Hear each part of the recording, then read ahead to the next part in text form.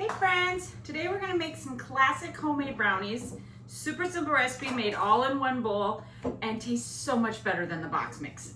I promise. Okay, so I started out 2 sticks of butter. I just melted it in my good old trusty chef mic here, but you could do it over the stove on low heat and mix your batter all on in that pot. Or microwave it and we're gonna mix it all in this bowl. All right, so 2 sticks of butter melted. To that we're going to add 1 cup of unsweetened cocoa powder. This is a 1/4 cup measuring cup, so I'm gonna do 4 of these. 1, 2, 3. Come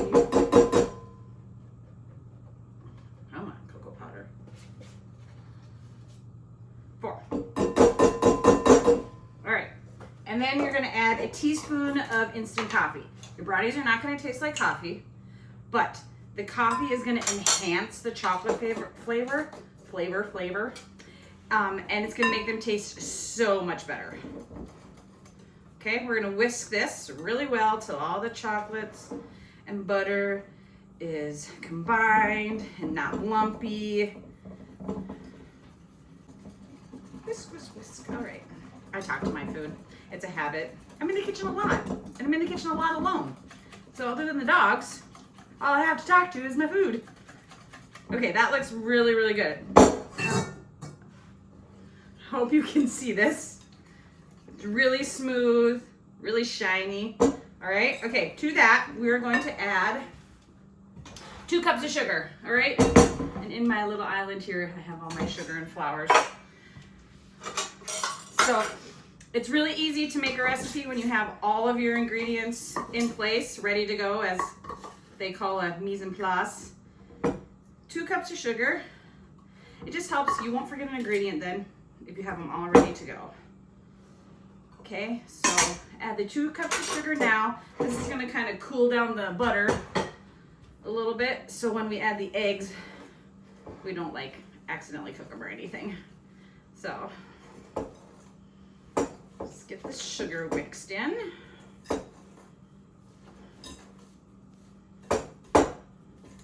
All right, it's gonna look kind of grainy, but once you add the eggs and stuff, it's gonna be fabulous. All right, 4 eggs.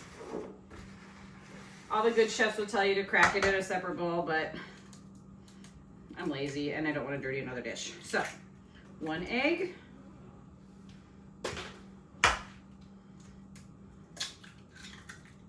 Oops. And that's one reason why you could crack it in a separate bowl, but no harm done, I picked it out. Just a little shell. 3. And 4. You need a tablespoon of vanilla. So I'm just gonna count to 3 teaspoons, right? 1, 2, 3. All right, and then we're gonna whisk this like our life depends on it. We want it to get light and airy. The more you whisk it and the more air you get in it, that's gonna create that like crackly top that everybody loves on brownies.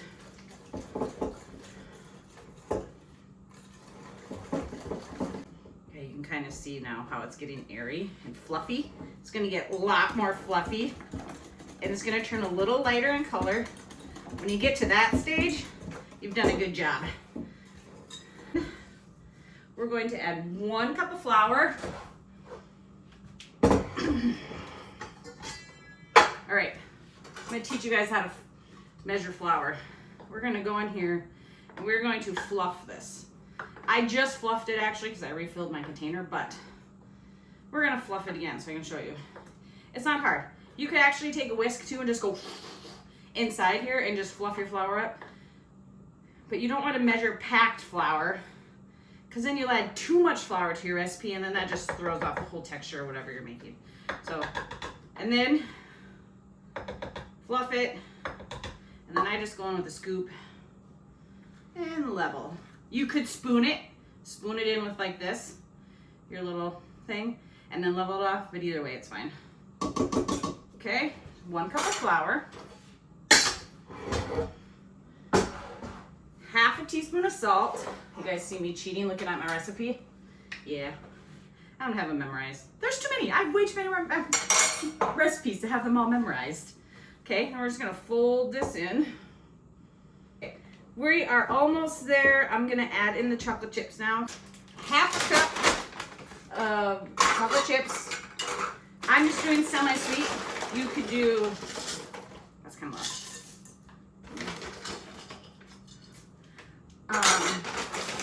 You could do dark chocolate chips, white chocolate chips, peanut butter chips, butterscotch, whatever you like, whatever you have on hand. I'm just doing the good old semi-sweet here because that's what my kids like. Brownies are actually, my youngest is Ava's. They're her favorite. She is a brownie freak. She's a sweets freak. She loves desserts. She's a character. Okay, chocolate chips are folded in, flour's folded in. Now I'm gonna put it in a greased 9x13 baking dish. You could use parchment paper and line it and do it that way, but since I'm just serving this to my family, I'm gonna not waste my parchment paper, and I just used a little grease. I'm using a glass baking dish. People are probably gonna argue with me about that, saying you should use aluminum or a light colored metal dish, but my opinion, baking brownies in a glass dish guarantees the centers are going to be fudgy, okay? Because glass doesn't bake as evenly as like aluminum and stainless steel. So the outside's gonna get a little crispy and the inside's gonna stay a little fudgy. But that's just my opinion. You can bake it in whatever baking dish you have. Oh, there's my oven. I preheated the oven to 350 degrees.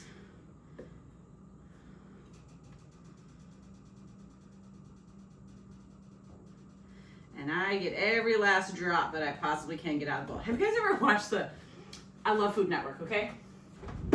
I watch it all the time. Ask my family. But when they're baking, they never clean out the bowls.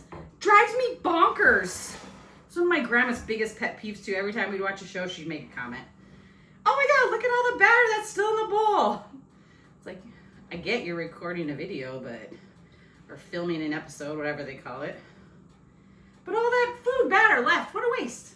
Okay, I'm gonna grab my offset spatula here just so I can get it nice and even.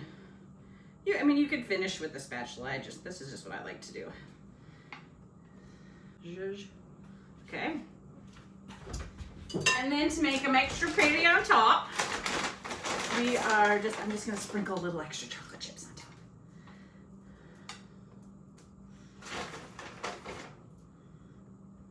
You don't have to, but it's just, my kiddos like it. And who doesn't love a little extra chocolate? Hello, chocolate's the best.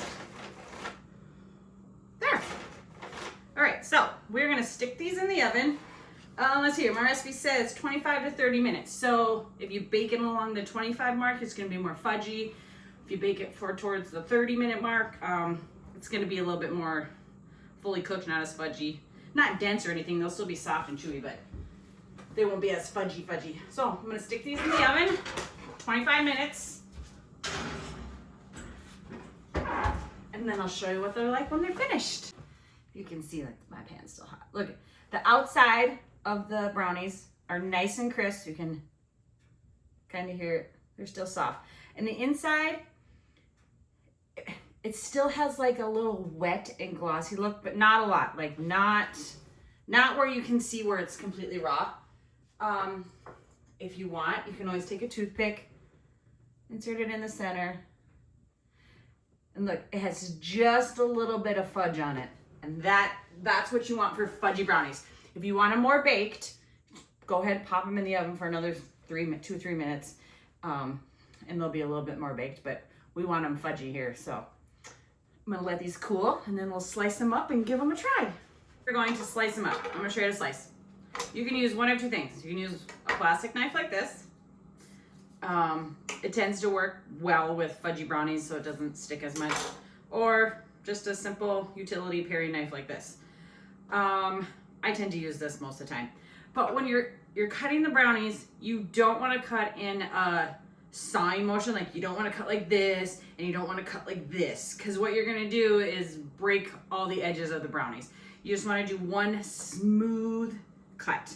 You're just going to once your knife is in, don't go up and down. You're gonna mutilate your brownies. Oh.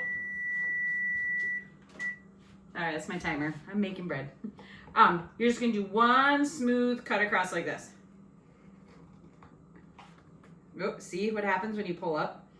I just took a chunk out. So you wanna, don't do what I did. Go gently. We'll just tuck that bacon in there. My kids will eat it. No big deal. And you can wipe the knife clean. I'm just serving it for my family, so I'm not getting all crazy professional here. And then nice and gentle on the edge. We're cut here, and then I'm going to show you how fudgy and delicious they are. There. Now look, because I didn't use any sawing motions, hardly any bits came up between the cuts.